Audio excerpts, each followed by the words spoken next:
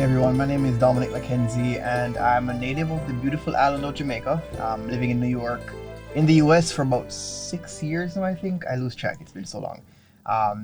And I'm with Dipika and Anuz, and this is a podcast at the end of the day. Okay, Dominic, thank you so much for coming to our podcast. Sure.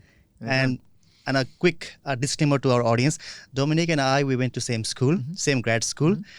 When I graduated, it was called CUNY Graduate School of Journalism. When you graduated, it was called Craig Newmark Graduate School of Journalism. Yeah. So is it a different school or same school? It's the same school. I mean, just the signs have changed. Yeah. We served in graduate school student council. Which you were I was the chairman. Yeah, he was my chair. So, Dominic, what was your program called? So I did the Master of Arts in Journalism, and then after that I was done, I did the Advanced Certificate in Entrepreneurial Journalism. When did you graduate? Oh, man. I finished the MA in December of 2018, and then finished the Advanced Certificate in May of this year. Right. 2019, yeah. Right.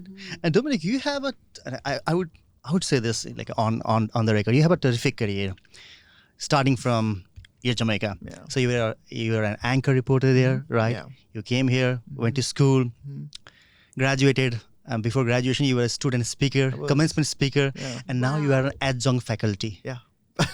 Whoa. So okay, well, help me understand. Help me process this. Yeah. Starting from the beginning. I mean, I'm not anywhere near where I want to be in my career, but I think the biggest lesson that I learned was the power of volunteerism. So when I first started out, I had my first official job, but my first job at age 14. So I was hosting a TV show at a local station. Really? It was a volunteer? Yeah, I wasn't paid. Okay. It's just something. Yeah, it's just something that I loved. I loved the idea of being on TV. I had no idea what the background work looked like, and I said, you know what? Let me try to figure this out now. So I did that, and then when I started college, it just so happened that that same TV show was on the station that's owned by the university that I ended up going to. Right. Oh. So when I got to university, they're like, oh, we already know you. You already did all these years of, some work with us. Come on, let's train you. So I began working there officially as a production assistant. And the good thing about that, well, now I was being paid. But the good thing about where I started from was that I got to understand every level of the media operation. So I worked as a production assistant. I manned the soundboard in the recording studio. I did, I wrapped cables up. I ran the camera. I directed shoots. Oh, Lord, I don't know what there isn't. Probably, I don't think I ran any soundboards for any major events. Okay. But, long story short, I understood every rung of the ladder. So you were like a one-man band. Yeah. So I ended up, before I left Jamaica, I was an anchor and reporter for both the TV and radio brands at the station in Jamaica. And that right now the radio station is number 7 in the country. I think they're like 20.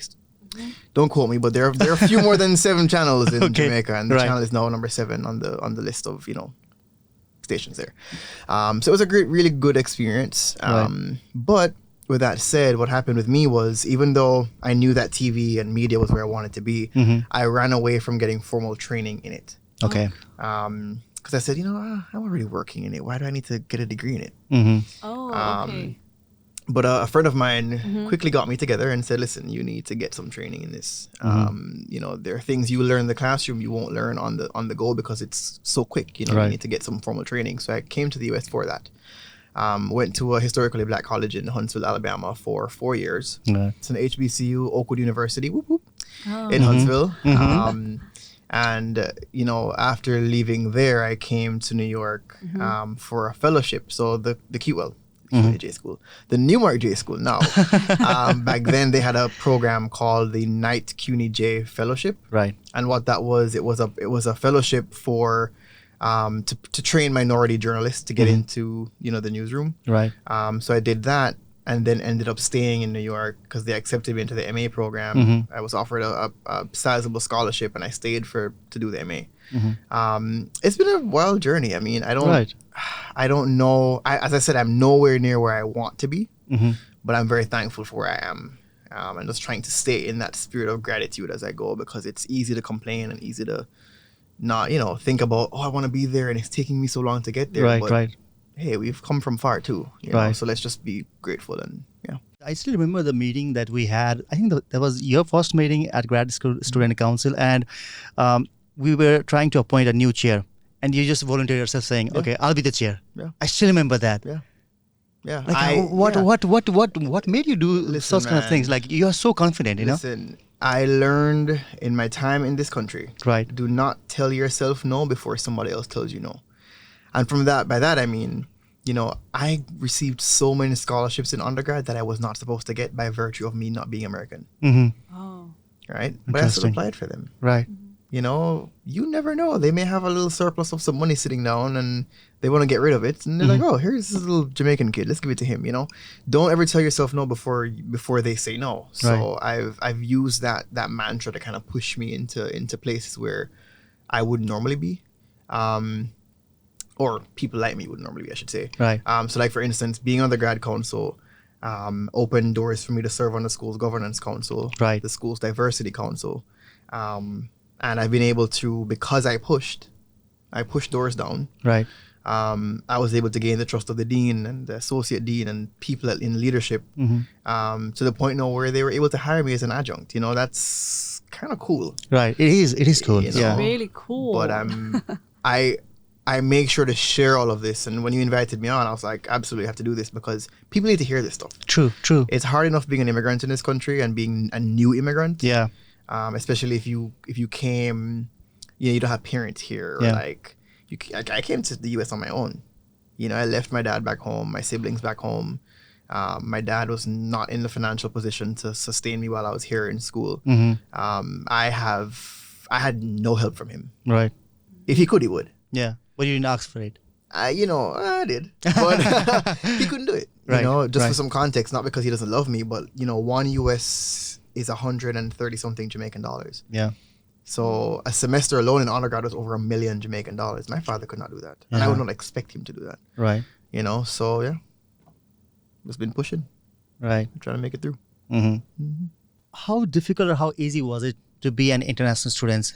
I, by the grace of God, have made it through this, but you know, because I tell myself that doors won't get pushed on unless you try. Yeah.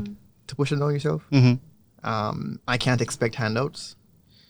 I'm not gonna sit here and say somebody should feel sorry for me and they should give me something. No, I have to ask. Right. You know, any Jamaican that might be listening to this would agree with me. There's this pride that Jamaicans have that makes it difficult for us to ask for help. Oh. And it's eaten. Trust me, that thing has eaten away at our people.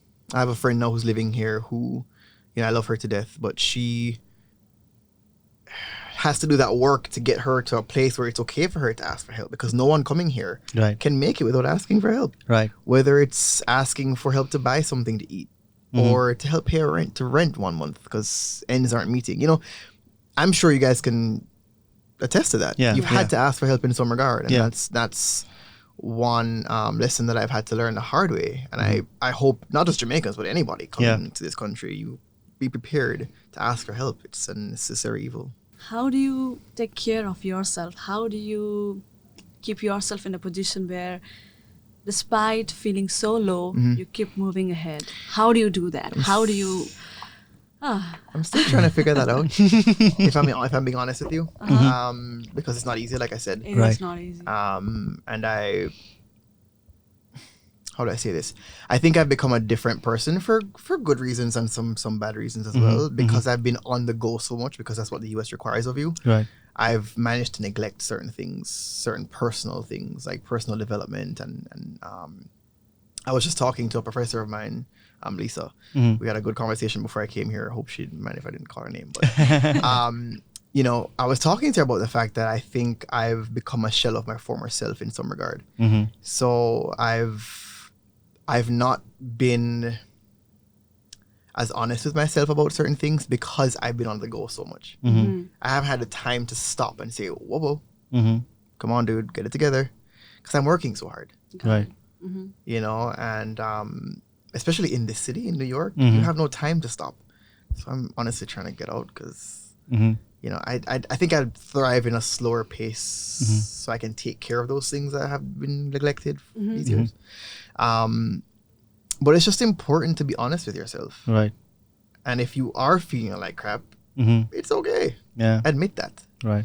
You know, also, I'm not sure what it's like for y'all and back home, but people are looking, and I grapple with this often. People are watching, especially back home. Right. And at least for me, I've always been. I'd like to say that I've done fairly well, right? Considering my circumstances. Oh, yes. But there's a pressure to keep that up. Yes. Completely agree with you. Yeah. And I sleep with that. Like when I'm sitting here, I'm like, oh man, I'm not doing what I want to do, and I'm not progressing as fast as I thought I was going to progress. Yeah. I'm like, oh, people are watching. And there's this pressure to keep it up. And as of last week, I'm like, you know what? Forget that. I'm going to forget that. Like, hi, I love you guys. But I'm dying here. So I need to take care of myself now. Yes. Right. It's okay for me to fail. It's okay for me to not get this job. It's okay for me to whatever.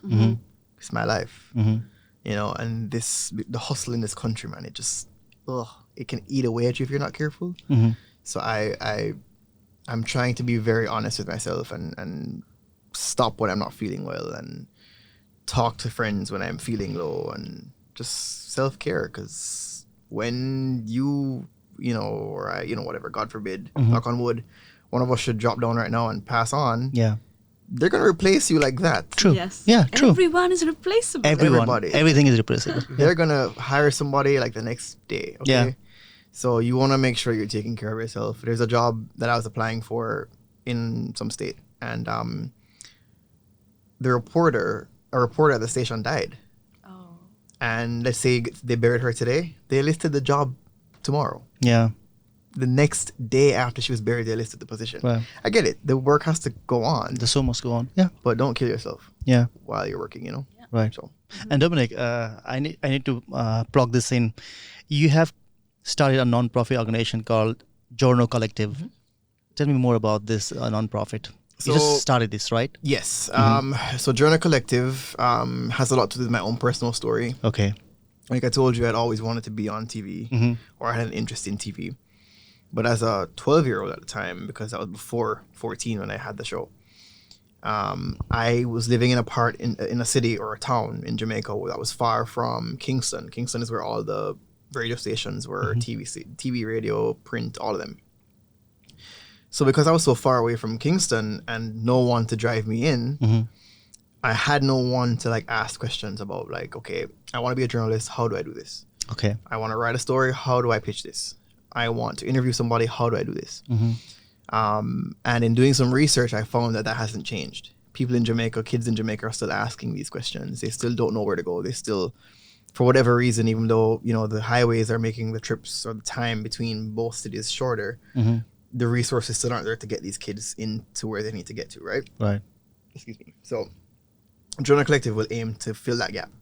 So what we're doing is we're offering students and young people opportunities to get mentorship and training to become journalists, so that when they should get to college or get to their, you know, applying for the first job, they're more marketable and they have the skills, or at least the basic skills, to equip them to be the best that they can be at the job.